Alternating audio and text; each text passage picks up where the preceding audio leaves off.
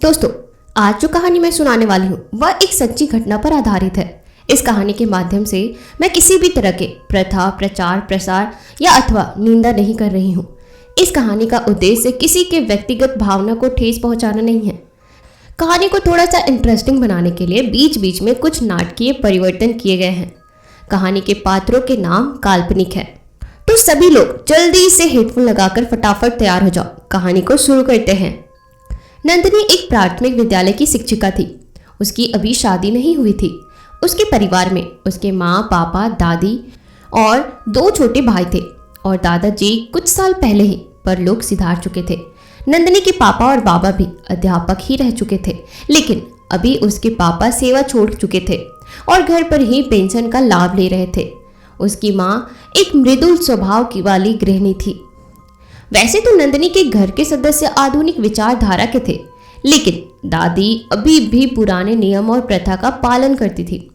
घर के सभी लोग दादी का बहुत सम्मान करते थे और उनकी हर बात घर में पत्थर की लकीर मानी जाती थी। यहाँ तक कि अभी भी नंदिनी की माँ दादी के सामने सर पर पल्लू रखती थी। नंदिनी के दोनों छोटे भाई अभी पढ़ाई कर रहे थे। घर में दादी के कहने पर अब नंदिनी के लिए रिश्ता ढूंढा जा रहा था। वैसे तो नंदिनी अभी शादी करना नहीं चाह रही थी, लेकिन दादी के सामने किसी की एक नहीं चली और आसपास के करीबी लोगों में एक अच्छा लड़का ढूंढा जाने लगा। आए दिन कोई न कोई घर पर पधारा ही रहता लड़की देखने। नंदिनी में सब कुछ अच्छा था, बस उसका रंग थोड़ा सा सांवला दे दिया था भगवान ने, और उसी की वजह से हाथ आए रिश्ते भी निकल जाते।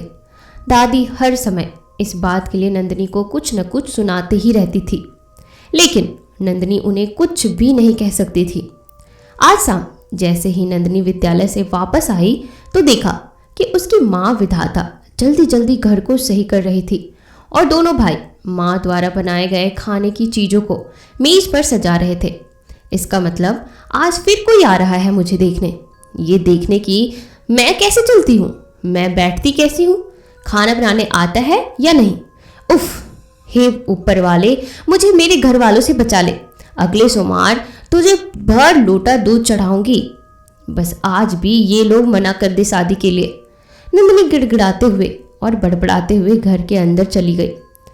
ऐ नंदिनी की बच्ची, कितनी बार बोला है कि ये जूते चप्पल पहनकर घर के भीतर मत आया कर। देखा, कर दिया ना चौखट गंदा, अब कौन साफ करेगा इसे, बोल। दादी भड़कती हुई बोली। वह मुंह से बोले जा रही थी और एक हाथ में माला पर राधे कृष्ण का जाप भी कर रही थी। उनका दूसरा हाथ उनकी झुकी हुई कमर पर था। आते ही शुरू हो गई ये, पानी तक गले से नीचे नहीं उतरा और डांट पहले लगा दी इन्होंने। खैर, तू चुपचाप खिसक ले, वरना आते ही झाड़ू पोछा करना पड़ेगा। नंदिनी मन मन में बड़बड़ाते हुए अंदर आने को हुई, लेकिन दादी ने उसे फिर रोका। अरे कहाँ चल दी महारानी, पहले इसे साफ कर फिर कहीं जा। जाने दीजिए ना माँ, अभी तो नंदू को तैयार भी होना है और वो लोग भी आने ही वाले होंगे। तो जा बेटा, इसे मैं साफ कर दूंगी। नंदिनी की माँ ने मोर्चा संभाला तो नंदिनी भाग कर अपने कमरे में गई। तुम्ही ने इसे सर पर चढ़ा रखा है। अरे मैं तो कहती हूँ कि लड़कियों को घर के भी काम काज आने चाहिए, सिर्फ पढ़ाई करके नौकरी करने से कुछ नहीं होने वाला। दादी ऐसे ही अनगिनत बातें बोलती हुई बैठक के सोफे पर जा पसरी। विधाता जी चुपचाप सफाई करके नंदिनी के पास पहुंची। बेटा, यह साड़ी निकाल दी है मैंने तेरे लिए, पहन के बाहर आ जाना, और हाँ, थोड़ा जल्दी तैयार हो जाना, ठीक है। विधाता जी ने नंदिनी को समझाया, जो कि अभी आईने के सामने बैठी हुई उदास सी लग रही थी। लेकिन माँ, मुझे यह सब अच्छा नहीं लगता। इतनी पढ़ाई के बावजूद भी लोग मेरे रंग पर जाते हैं। इस तरह बार बार मुझे लोग परखते हैं, सवाल पूछते हैं तो बहुत गुस्सा आता है। मैं आज कहीं नहीं जा रही किसी के भी सामने। और मैं, अभी नंदिनी की बात अधूरी ही थी कि उसके पापा श्रवण कमरे में आ गए। बेटा, मैं तुम्हारी समस्याओं को समझ सकता हूँ, लेकिन क्या कर सकते हैं हम सब भी, इस समाज की यही रीत है।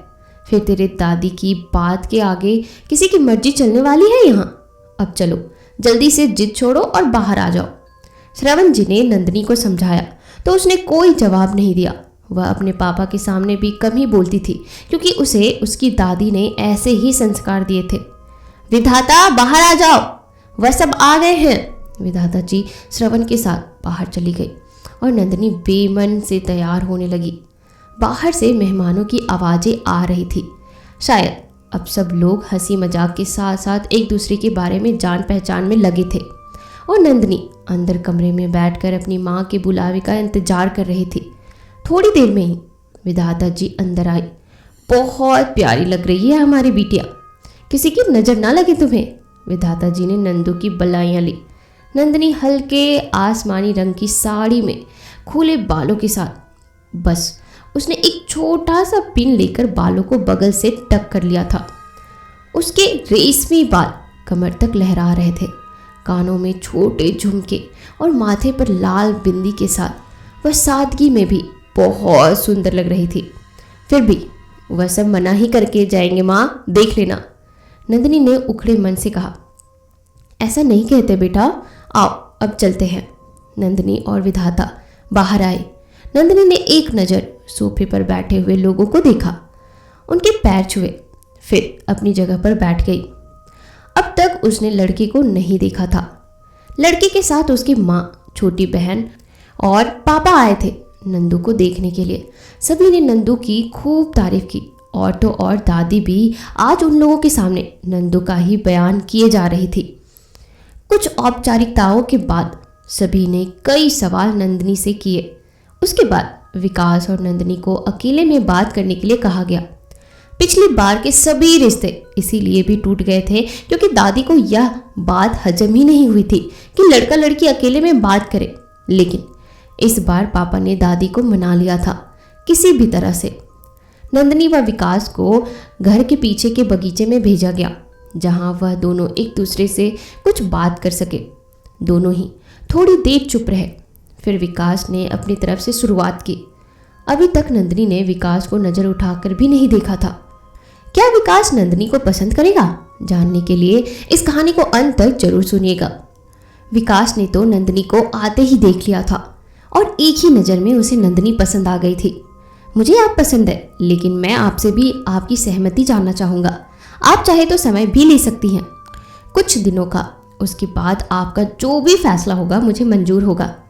विकास के इतना कहते ही नंदिनी चौंक गई और तुरंत ही विकास को एक नज़र देखा। मध्यम कद काठी का विकास देखने में आकर्षक था। करीने से बनाए गए बाल, बड़ी बड़ी आंखें, धनुष आकार के होठ और इस्त्री किए गए कपड़े विकास के सभ्य पुरुष होने के परिचायक थे। विकास और नंदिनी की नज़रें जब एक दूसरे से मिली तो दोनों ने ही शर्म से गर्दन झुका ली। तो क्या आपको मेरे सांवले रंग से कोई दिक्कत नहीं है? नंदिनी ने आश्चर्य मिश्रित भाव से पूछा।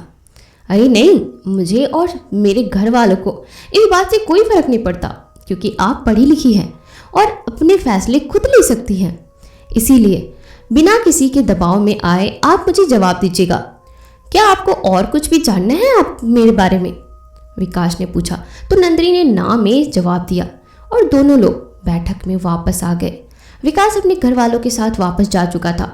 जब विधाता ने नंदिनी से पूछा कि लड़का पसंद है या नहीं, तो नंदिनी ने शादी के लिए हाँ कह दिया, क्योंकि उसकी ज़िंदगी में यह पहली बार था जब किसी ने उसकी पढ़ाई के लिए उसे पसंद किया था।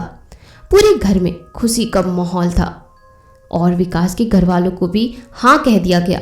सभी लोग ही शादी के लिए अपनी अपनी चीज़ें गिनाने लगे कि किसको क्या चाहिए और क्या नहीं। नंदिनी अपने घर की अकेली लड़की थी, इसीलिए उसकी शादी में ही सबको अपने अरमान पूरे करने थे। फिलहाल दादी ने अगले दिन घर के पंडित जी को कुंडली मिलाने के लिए बुलवाया। विकास के पापा भी उसकी कुंडली देकर चले गए थे, क्योंकि विकास और उसके पापा दोनों ही सरकारी पद पर थे, इसीलिए कुंडली मिलान के लिए रुक ना सके। दादी ने उनसे कह दिया कि जो होगा उन्हें बता दिया जाएगा फ़ोन करके। पंडित जी ने जब नंदिनी की कुंडली पढ़ी तो उनके चेहरे पर चिंता की लकीरें घिर गई। सभी लोग टकटकी लगाकर उन्हीं की तरफ देख रहे थे और उनके मन की बात को समझने की कोशिश कर रहे थे। क्या हुआ पंडित जी? कोई ग्रह दशा का हिसाब किताब बिगड़ गया है क्या, जो आप इतने परेशान दिखाई दे रहे हैं? हमें भी तो कुछ बताइए। या बस कुंडली ही पढ़े जा रहे हैं तब से? पंडित जी ज्ञानी तो बहुत थे, लेकिन दादी से उम्र में काफ़ी छोटे थे, तो दादी भी उनसे ऐसे ही बात करती थी। अब क्या बताएं हम जजमान, नंदिनी बिटिया के ऊपर मंगल ग्रह का प्रकोप है। आपकी बिटिया मांगलिक है, मांगलिक। जिससे भी उसकी शादी होगी उसका विनाश तो तय ही समझिए। राम ही मालिक अब तो। पंडित जी ने हाथ जोड़कर आंखें बंद करके भगवान को ध्यान दिख किया। ये आप क्या कह रहे हैं पंडित जी? आप जरा फिर से एक बार देख लें। दूर खड़ी विधाता जी ने घूंघट के पीछे से ही कहा। अरे तुम तो चुप ही रहो बहू, हमको तो पहले ही शक था, जब इसकी शादी के लिए एक के बाद एक लोग मना कर रहे थे। अब आज देखो, इतनी मुश्किल से रिश्ता हाथ आया तो ये लड़की मांगलिक निकली। राधे कृष्ण, राधे कृष्ण। दादी ने फिर से ताने मारने में कसर नहीं छोड़ी। आप थोड़ी देर शांत रहे माँ। पंडित जी, क्या इसका कोई उपाय नहीं है?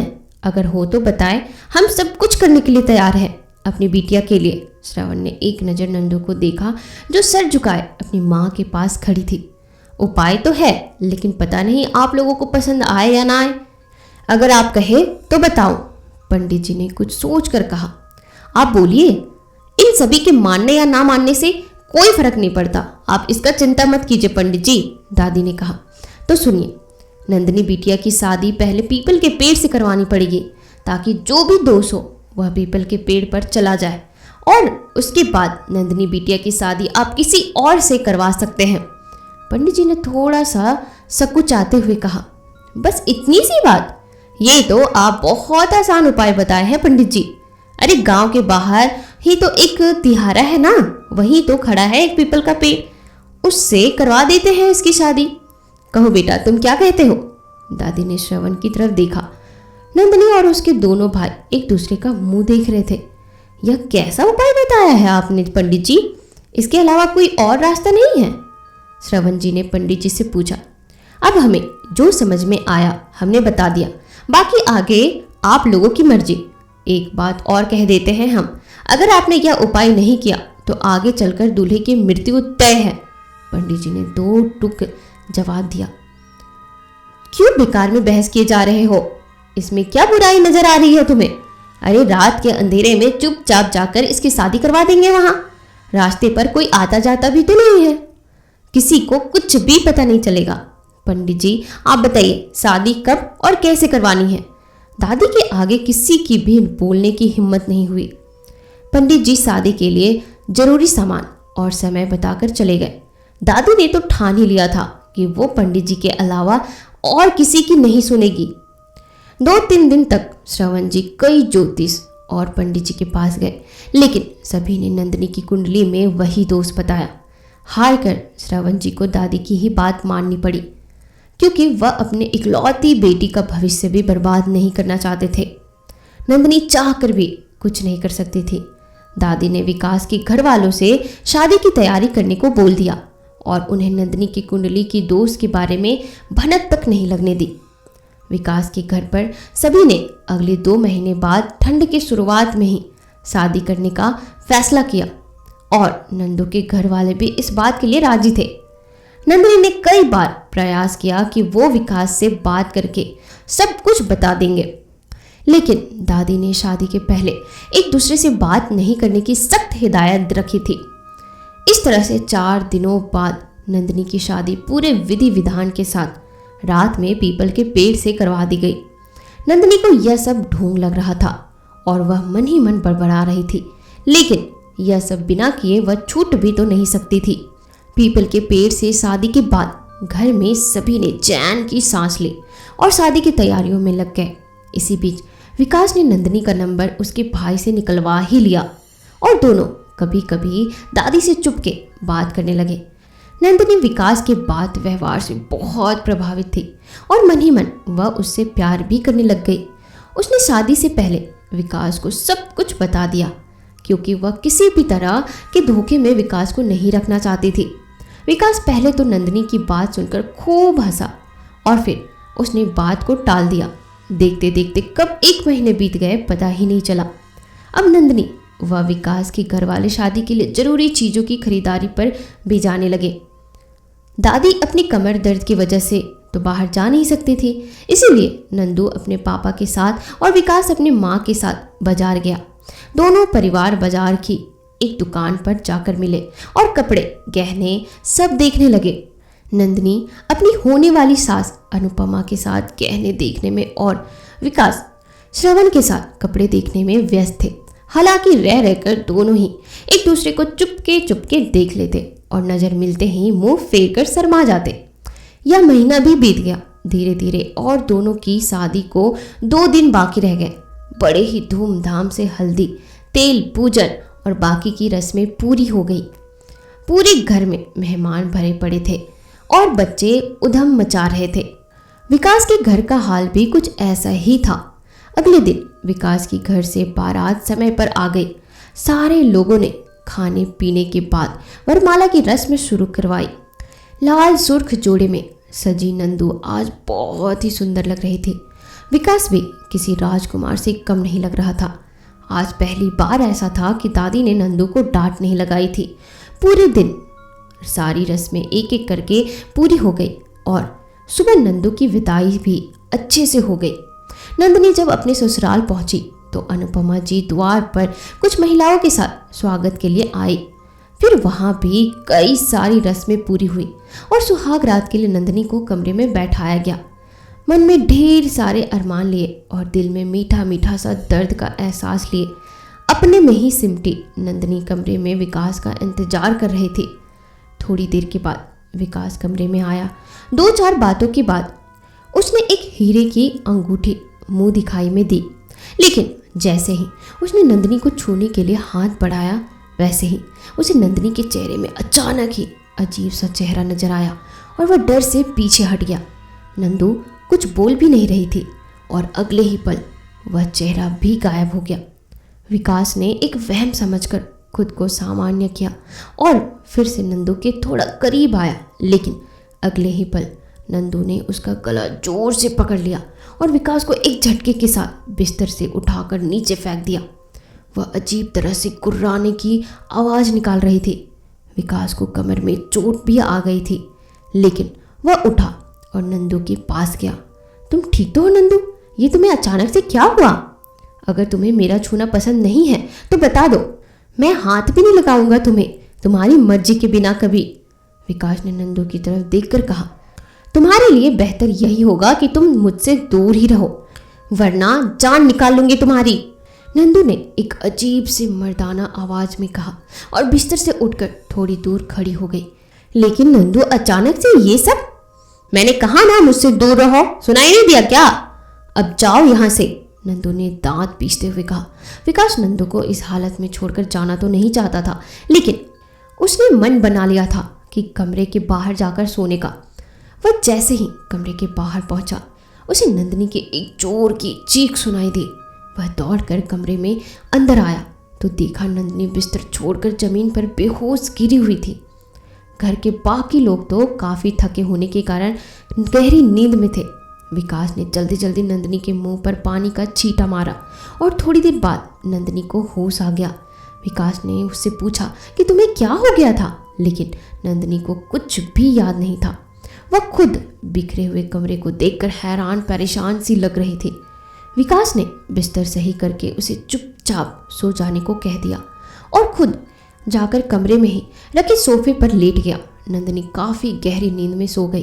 विकास की भी देर रात आंख लग गई। अगले दिन नंदिनी पग फेरे की रस्म के लिए विकास के साथ अपने घर वापस जाने लगी। दोनों एक कार से नंदिनी के मायके के लिए निकले थे। रास्ते में जब नंदिनी को वही पेड़ दिखा जिससे उसकी शादी हुई थी, तो नंदिनी ने विकास को कहकर गाड़ी रुकवा दी। वह गाड़ी से उतरकर पेड़ के पास गई और उसे बड़े ध्यान से देखने लग गई। विकास ने पीछे से आकर उससे यहाँ उतरने का कारण भी पूछा, लेकिन नंदिनी पता नहीं कहाँ शून्य में खोई हुई थी। विकास ने जोर से उसका नाम लेकर उसे पुकारा और फिर नंदिनी की चेतना वापस आई। फिर दोनों गाड़ी में बैठकर घर की ओर निकल गए, लेकिन नंदिनी दूर तक कार की खिड़की से उसी पेड़ को देखती रही। फिर नंदिनी के घर से दोपहर तक वो दोनों वापस आ गए थे। अगली सुबह जब सब लोग धीरे धीरे जगे तो उन्होंने विकास को बाहर सोते हुए पाया। अनुपमा जी ने उसे जगाया और बाहर सोने की वजह पूछी तो वह कुछ भी बिना बताए दौड़कर नंदू के पास कमरे में गया। बाकी के लोग भी उसके पीछे पीछे गए। वहां जाकर सबने देखा तो नंदनी जमीन पर ही सो रही थी। उसके सारे बाल बिखरे हुए थे और पूरे शरीर पर नाखूनों के निशान थे जिनसे हल्का हल्का खून निकल रहा था। विकास ने उसे उठाया और इस तरह जमीन पर सोने की वजह पूछी। अभी विकास की बात पूरी भी नहीं हुई थी कि नंदू ने एक हाथ से ही भारी भरकम बेड को उठाकर एक बगल से हवा में टांग दिया। विकास व बाकी के लोग नंदू को ऐसी हालत में देखकर हैरान थे। तो दोस्तों, इस कहानी के पहला भाग में बस इतना ही। आपको क्या लगता है कि नंदनी अचानक से ऐसे व्यवहार क्यों कर रही थी? आखिर उसके अंदर जो अलग चेहरा विकास को दिखता था वह क्या था? क्या नंदनी के ऊपर किसी साए का प्रकोप है?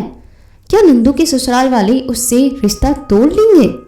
इन सभी सवालों का जवाब जानने के लिए इस कहानी का दूसरा भाग जरूर सुनिएगा जो कल ही रिलीज होगी। आपको यह कहानी कैसी लगी मुझे कमेंट सेक्शन में जरूर बताइएगा।